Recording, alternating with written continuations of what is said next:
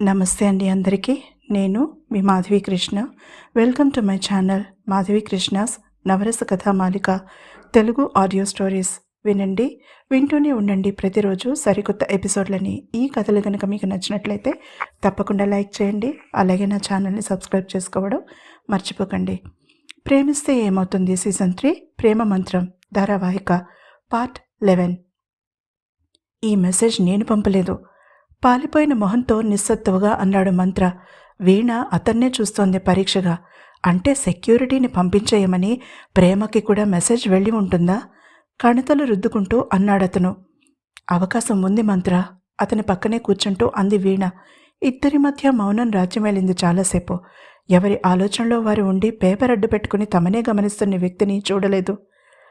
ప్రేమకి స్పృహొచ్చింది. తను నిన్ను అడుగుతోంది. భూపతి కంఠం ఆ నిశ్శబ్దంలో కంచుగంటలా మోగడంతో ఉలిక్కిపడ్డారు ఇద్దరు. మంత్ర మెల్లగా లేచి ప్రేమని ఉంచిన గదివైపు నడిచాడు. అన్నీ అనుకున్నట్టు జరిగితే తామిద్దరూ నంది గ్రామానికి వెళ్ళాలి. అంటే తాము అక్కడికి వెళ్లడం ఇష్టలేని వాళ్ళెవరో ఈ అడ్డంకిని కల్పించారా? అసలు తామిద్దరి మధ్యనే ఉన్న ఈ విషయం ప్రత్యర్థికి ఎలా తెలిసింది? ప్రశ్న మీద ప్రశ్న మంత్రని చికాకు పెడుతుంటే విసుగ్గా తల విదిరించి ఆమె గదిలోకి అడుగుపెట్టాడు. ఏసీ నిశ్శబ్దంగా తన పని తాను చేసుకుపోతోంది.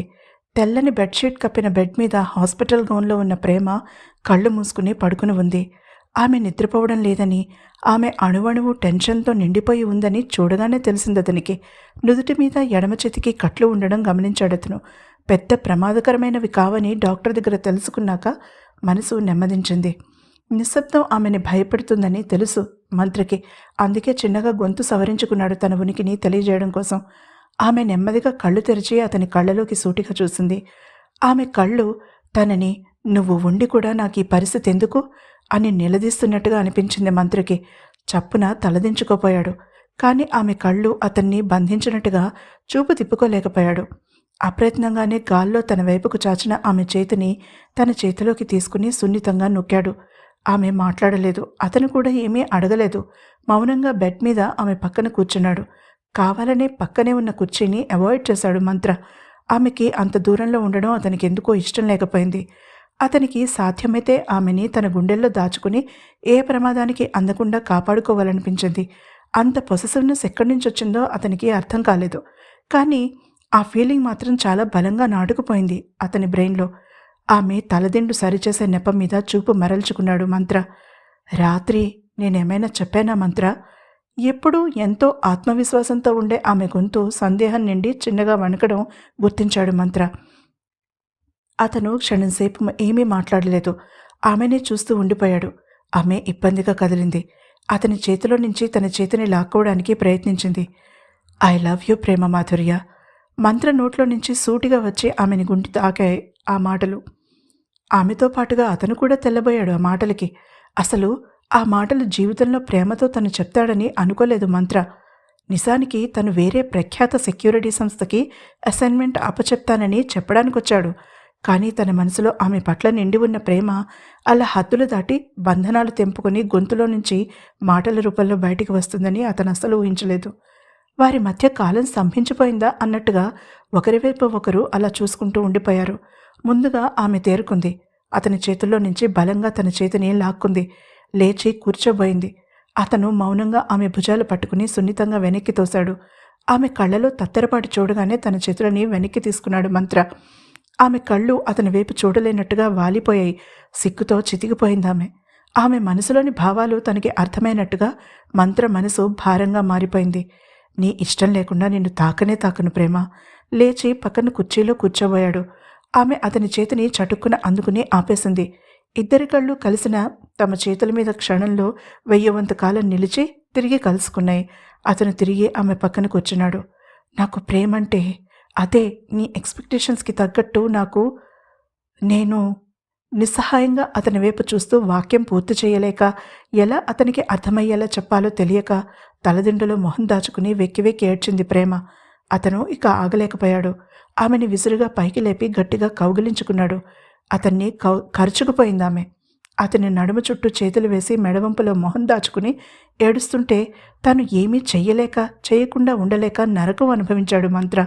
కొద్దిసేపు తర్వాత ఆమె దుఃఖం ఉపశమించింది.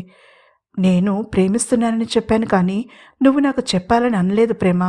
అసలు ఎక్స్‌పెక్టేషన్స్‌తో వచ్చేది ప్రేమెలా అవుతుంది? Don't worry. నేనసలు ఇక్కడికి వచ్చిన పని వేరు అంటూ ఆమెని సరిగ్గా పడుకోబెట్టి దిండు సవరించాడు మంత్ర. టాక్టికల్‌గా టాపిక్ మార్చాడని ఆమె అర్థం చేసుకునే లోపల సంభాషణ సెక్యూరిటీ మీదకి మళ్ళిపోయింది. అవును, సెక్యూరిటీని పంపించేయమని చెప్పి నువ్వెక్కడికెళ్ళిపోయావు? డోర్ అన్‌లాక్ చేసి పెట్టమన్నావు? క్యూరియస్‌గా అడిగింది ప్రేమ. అతను ఇంకా అడగకుండానే ఒక ప్రశ్నకి సమాధానం దొరికిందతనికి. మరొక అనుమానం బయలుదేరింది. అంటే ఎవరో తన సోషల్ మీడియా అకౌంట్ హ్యాక్ చేసి మిస్‌యూజ్ చేశారన్న విషయం స్పష్టమైంది. దీనికి పరిష్కారం ఆలోచించాడు మంత్ర. ప్రేమ, ఆ మెసేజ్ నేనివ్వలేదు అంటూ జరిగింది చెప్పాడు. ఇక నుంచి నా దగ్గర నుంచి మాత్రమే ఆ మెసేజ్ వచ్చిందని నీకు తెలియాలంటే ఒక కోడ్ పెట్టుకుందాం అన్నాడతను. ఆమె తమాషాగా చూసిందతని వైపు. ఏం కోడ్ పెట్టుకుందాం? సాలోచనగా ఆమె చేతి వేళ్ళని సున్నితంగా ఒక్కొక్కటిగా నొక్కుతూ అన్నాడు. ఆమె అతన్నే పరిశీలనగా చూస్తోంది. పొడవుగా పెరిగిన ఒత్తైన జుట్టు చూసి హెయిర్ కట్కెళ్ళి ఎన్నాళ్ళయిందో అనుకుంది. నుదుటి మీదకి పడుతున్న జుట్టుని సవరించాలని బలంగా అనిపించింది ఆమెకి. పిడికిలి బిగించి ఆ కోరికని అదుపు చేసుకుంది ప్రేమ. రాత్రి నుంచి ఇక్కడే ఉన్నట్టుగా బట్టలు నలిగి ఉన్నాయి మంత్రకి. ఎప్పటిలా జీన్స్లో లేడు. ట్రాక్ ప్యాంట్ టీషర్ట్లలో ఉన్నాడతను. ఎప్పుడూ క్లీన్ షేవ్లో ఉండే అతని మొహం ఇప్పుడు రఫ్గా పెరిగిన మీసం గెడ్డంతో క్యూట్గా ఉంది. ఆమెకి అతని మొహాన్ని ఒక్కసారి తాకాలనిపించింది. కానీ భయమేసింది. ఆగలేకపోయింది. అలాగని చనువు తీసుకోలేకపోయింది. ఓరకంట ఆమె మొహంలో కదలాడుతున్న భావాలను చూసి నవ్వుకున్నాడతను. ఈ క్షణం నువ్వు మనసులో ఏమనుకుంటున్నావో చెప్పు హఠాత్తుగా అడిగాడు మంత్ర. ప్రేమ తడబడింది. నువ్వు నాకు ప్రామిస్ చేశావుగా చెప్పమన్నట్టుగా కళ్లతో సైగ చేస్తూ అన్నాడు. నాకు నీ చెంపలు తాకాలనుంది గబగబా చెప్పేసింది. అతను ఆమె చేతులను తన చెంపలకి చేర్చుకున్నాడు. యువర్ విష్ మై కమాండ్ అన్నాడు నవ్వుతూ. మంత్ర, ఏం చేస్తున్నావు? చిన్నగా తన అరచేతుల మీద తన పెదవులను అద్దుతున్న అతన్ని కంగారుగా అడిగింది ప్రేమ. అదే మన కోడ్ అన్నాడు నవ్వుతూ మంత్ర. అసహనంగా అటూ ఇటూ తిరుగుతున్న అతను వచ్చిన వ్యక్తిని చూడగానే మొహం చిట్లించాడు. ఇంత ఆలస్యమైంది? కఠినంగా అడిగాడు.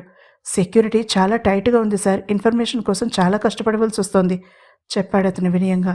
సరే, విషయం చెప్పు అన్నాడతను విసుగ్గా. కానీ అతను చేస్తున్న విషయం వినగానే అతని మొహంలో విసుగు మాయమైంది. సాలోచనగా గెట్టం నిమురుకుంటూ అతను చెప్పినదంతా శ్రద్ధగా విన్నాడు. అతను రణవీర్. రణవీర్? అసలెవరతను? ఇతనికి ప్రేమకి ఏమిటి సంబంధం? అతని పేరు చెప్పినప్పుడు ప్రేమ తనకి తెలియనట్టుగా ఎందుకు ప్రవర్తించింది? కేవలం అతని వారి రైవల్ బిజినెస్ మ్యాన్ అన్నట్టుగా మాట్లాడింది.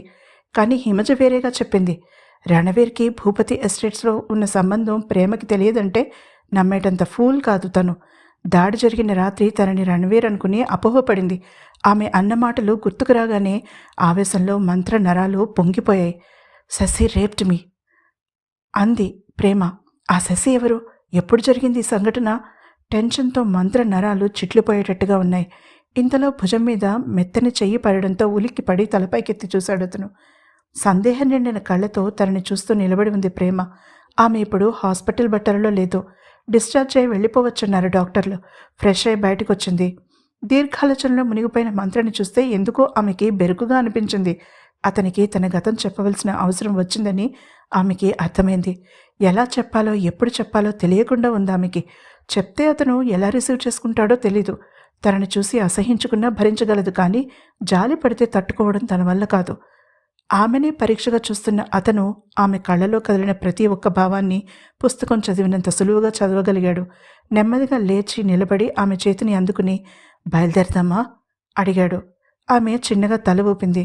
ఇద్దరూ ఫార్మాలిటీస్ అన్నీ పూర్తి చేసుకుని బయటకొచ్చారు. స్వేచ్ఛ విలువ అది పోగొట్టుకున్న వాళ్ళకే బాగా తెలుస్తుందేమో. 3 రోజులు అలా హాస్పిటల్ రూమ్లో ఉండిపోవడంతో ఆమెకి ఊపిరి ఆడనట్టుగా అయింది. హిమజ తన తాతయ్య మధ్యలో నీల్ వచ్చి తనతో కూర్చుని కబుర్లు చెప్పడానికి ప్రయత్నించారు. మంత్ర తన ప్రేమని వెల్లడించాక తిరిగి ఆ మాటని ఎత్తకపోగా ఆ రోజు తనని వదిలి వెళ్ళిన మనిషి తిరిగి ఈ రోజు వచ్చాడు తనని తీసుకెళ్లడానికి. అతని గురించి ఏమనుకోవాలో అర్థం కాలేదు ప్రేమకి. మౌనాన్ని మించిన ఉత్తమమైనది మరొకటి లేదని నిర్ణయించుకుని ముందు సీట్లో కూర్చోబోయింది. మంత్ర ఆమెని చేతిని పట్టినే ఆపేశాడు. ఆమె ఆశ్చర్యంతో విషయమేంటని అడగబోతూ ఉండగా కార్ కీస్ ఆమె కళ్ల ముందు అటూ ఇటూ ఊపాడు మంత్ర. చూపుడు వేరని ఆమె గెడ్డం కింద ఆనించి తెరుచుకున్న నోటిని మూసి ఆమె చేతిలో కీస్ ఉంచాడు. 3 రోజుల నుంచి కంటి నిండా నిద్రలేదు నాకు. డ్రైవ్ చేసి రిస్క్ తీసుకోలేను. So shall we? ఆమెకు మాట్లాడే అవకాశం లేకుండా అతను ప్యాసింజర్ సీట్ వైపు నడిచాడు. ఆమె ఇక చేసేదేమీ లేక డ్రైవింగ్ సీట్లో కూలబడింది. అతను తాతయ్యలా తన ఆరోగ్యం గురించి కానీ ఇంకా తాను బలహీనంగా ఉందని కానీ కామెంట్ చేయకపోవడం ఒక్క క్షణం అయోమయానికి గురిచేసిన మనసు ఆనందంతో ఎగసిపడింది తన మీద అతనికి ఉన్న నమ్మకానికి. తనని ఒక వీక్ మైండ్ ఉన్న అమ్మాయిగా ట్రీట్ చేయనందుకు మనసులోనే అతనికి థ్యాంక్స్ చెప్పుకుంది ప్రేమ. అంతవరకు ఆమెలో ఉన్న టెన్షన్ కాస్త మాయమై పెదవుల మీదకి చిరునవ్వు ప్రత్యక్షమైంది. కార్ స్టార్ట్ చేసి గేర్ మార్చి ముందుకు దూకించింది. ఏసీ ఆన్ చేసి విండో గ్లాసెస్ మూద్దామనుకున్న ప్రేమ ఆఫ్ చేసి గ్లాసెస్ కిందికి దించడంతో విసురుగా మొహాన్ని తాగుతున్న గాలి అల్లరిగా వాళ్ళ జుట్టును చెదరగొడుతోంది. ఇదేమీ పట్టించుకోలేదు మంత్ర. మెల్లగా వెనక్కి వాలి కళ్ళు మూసుకున్నాడు. చిటికలో నిద్రాదేవి అతన్ని ఆవహించింది. గత 3 రోజులుగా ఆమె ఆలోచనలతో సతమతమవుతూ నిద్రకి దూరమైన అతనికి ప్రేమ సమక్షంలో ఆ టెన్షన్ అంతా మాయమైపోయింది. మంచి నిద్రలోకి జారుకున్న మంత్రని ఓరకంట చూస్తూనే ఏకాగ్రతనంతా రోడ్డు మీద పెట్టింది ప్రేమ. ఇక ఎస్టేట్లోకి అడుగు పెడతారనగా కూడా మంత్ర కళ్ళు తెరవకపోవడంతో లోపలికి పోనివ్వకుండా మరింత ముందుకు పోనిచ్చింది. అదంతా అటవీ ప్రాంతం కావడంతో పిక్నిక్ స్పాట్స్కి కొదవేమీ లేదు. తినడానికి ఏమీ లేవన్న విషయం ఆమెకి ఆ క్షణంలో గుర్తులేదు. మెలికలు తిరుగుతున్న తార్ రోడ్ని వదిలి 1 గంట దాటాక మట్టి రోడ్లోకి అడుగుపెట్టిందామె డ్రైవ్ చేస్తున్న కార్. అప్పటికే ఎక్కడికి వెళ్లాలో నిశ్చయించుకుందామే. కుదుపులకి అతను నిద్రలేస్తాడేమోనని చూసింది. ఏనుగులు వచ్చి తొక్కినా మెలకు వచ్చేలా లేదతనికి. నవ్వుకుంటూనే అనువైన స్థలం చూసి కారు ఆపింది. డోర్ తీస్తే అతనికి నిద్రాభంగం అవుతుందని అలాగే అతని వైపు చూస్తూ కూర్చుంది. సుమారు 1 గంట గడిచాక నెమ్మదిగా కళ్ళు విప్పాడు మంత్ర. తన వైపే చూస్తున్న ప్రేమ చప్పున తలపక్కకి తిప్పుకుంది. చిన్నగా నవ్వుకుంటూ కార్ ఆగి ఉండడం గమనించాడు. వచ్చి ఎంతసేపు అయింది? డోర్ తీసుకుని కిందకి దిగుతూ అప్పుడు చుట్టుపక్కల పరిసరాల్ని పరికించి చూసి ప్రశ్నార్థకంగా కనుబొమ్మల పైకెత్తి ఆమె వైపు చూశాడు. అంటే ఎస్టేట్ చేరే టైంకి నువ్వు మంచి నిద్రలో ఉన్నావు. డిస్టర్బ్ చేయడం ఇష్టం లేక ఇలా వాక్యం పూర్తి చేయలేదు ప్రేమ. మంత్ర కార్ డోర్ వేసి జేబులో చేతులు పెట్టుకుని తాపీగా ముందుకు అడుగులు వేశాడు. ఆమె డోర్ లాక్ చేసి అతను వెనకే నడిచింది. అతను అది ఒక వైల్డ్ పార్క్గా గుర్తించాడు. అక్కడ టికెట్ కౌంటర్ ఉండడం చూసి ఆమె వైపు చూశాడు. తాతయ్య నన్ను ఇక్కడికి తరచుగా తీసుకొచ్చేవారు చిన్నప్పుడు. ఇక్కడ రకరకాల పూల చెట్లు భలే అందంగా ఉంటాయి. లోపల మంచి ఆర్ట్ వర్క్ ఉంటుంది. రామాయణం థీమ్తో కట్టారు. నువ్వే చూడు అంటూ కౌంటర్ దగ్గర కూర్చున్న అతన్ని చూసి పలకరింపుగా నవ్వింది ప్రేమ. అతని మొహం ఆమెను చూడగానే సంతోషంతో వికసించడం గమనించాడు మంత్ర. కొత్త శిల్పాలు ఏర్పాటు చేశారు మేడం. రామంగారు మీరు ఎప్పుడు వచ్చి చూస్తారా అని ఎదురు చూస్తున్నారు అంటూ కుర్చీలో నుంచి లేవబోయాడు. తాము వెళ్ళి చూస్తామని చెప్పి అతన్ని ఆపేసింది ప్రేమ. వారు ఆమెకి బాగా అలవాటన్న విషయం అర్థమైంది మంత్రకి. లోపలికి వెళ్ళగానే మరో ప్రపంచంలోకి అడుగుపెట్టినట్టుగా ఫీల్ అయ్యాడు మంత్ర. చెట్ల మధ్యలో పర్ణశాల, జింకలు, వాటి మధ్య సీతారాముల శిల్పాలు రకరకాల భంగిమల్లో ఉన్నాయి. దూరంగా లక్ష్మణస్వామి. మంత్రమోహంలో భావాలను చిరునవ్వుతో గమనిస్తూ అతని పక్కన నడుస్తోంది ప్రేమ. కొద్దిసేపటి తర్వాత అక్కడే ఉన్న ఒక సిమెంట్ బెంచ్ మీద కూర్చున్నారిద్దరు. ఎండ తగలడం లేదు చెట్ల మూలాన. చల్లని గాలి మనసుకు హాయిని కలిగిస్తోంది. ఇక్కడికి తీసుకువచ్చి మంచి పని చేశావు ప్రేమ. నీతో మాట్లాడాలి నేను. అందుకు అనువైన ప్లేస్ ఇది. కాళ్ళు చాపి వెనక్కి జరగిలబడి రిలాక్స్డ్గా కూర్చుంటూ అన్నాడు మంత్ర. ఆమె గుండెల్లో రాయి పడింది. తనని ప్రేమించి పొరపాటు చేశానని చెప్తాడేమోనని ఆమె భయపడింది. అదీ మంచిదేగా అని మెదడు చెప్తుంటే తట్టుకోలేనని మనసు చెప్తోంది. అతను గొంతు సవరించుకున్నాడు. ఆమె గుండె వేగం హెచ్చింది. ఐ లవ్ యూ ప్రేమ. ఆమె చేతిని తన చేతుల్లోకి తీసుకుంటూ అన్నాడు మంత్ర. ఆమె మొహంలో ఇంద్రధనుసులోని 7 రంగుల్లా చకచకా మారుతున్న భావాలను చూసి చిన్నగా నవ్వాడు. ఈ 2 రోజులు చాలా తీవ్రంగానే ఆలోచించాను ప్రేమ.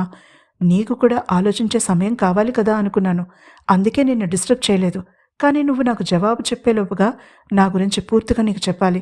కొన్ని రోజుల క్రితం అసైన్మెంట్ టేకప్ చేసే ముందు నా బ్యాలెన్స్ కోల్పోయిన సంగతి నువ్వు స్వయంగా చూసావు.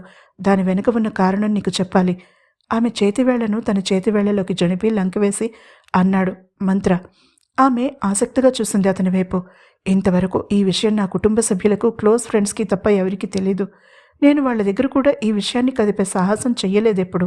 నన్ను వాళ్ళు అర్థం చేసుకుంటారన్న నమ్మకం లేకపోవడం ఒక కారణమైతే, నన్ను నేను క్షమించుకోలేకపోవడం మరొక కారణం. ఆమె కళ్ళలోకి సూటిగా చూస్తూ అన్నాడు. అంటే తనని అంతలా నమ్ముతున్నాడా? ఆమె కళ్ళలో ప్రశ్న అర్థమంత క్లియర్గా కనిపించింది అతనికి. అతను చిన్నగా తల ఊపాడు. I trust you. నేను నిన్ను నమ్ముతాను. ఒక క్షణం ఆగి తిరిగి అన్నాడు. కంప్లీట్లీ, పూర్తిగా. ఆమె గుండె ఒక క్షణం ఆగి కొట్టుకుంది. తర్వాత ఏం జరిగిందో తెలుసుకోవాలంటే తప్పకుండా తర్వాత ఎపిసోడ్ని వినండి. ఈ ఎపిసోడ్ కనుక మీకు నచ్చినట్లయితే తప్పకుండా లైక్ చేయండి. అలాగే నా ఛానల్ని సబ్స్క్రైబ్ చేసుకోవడం మర్చిపోకండి.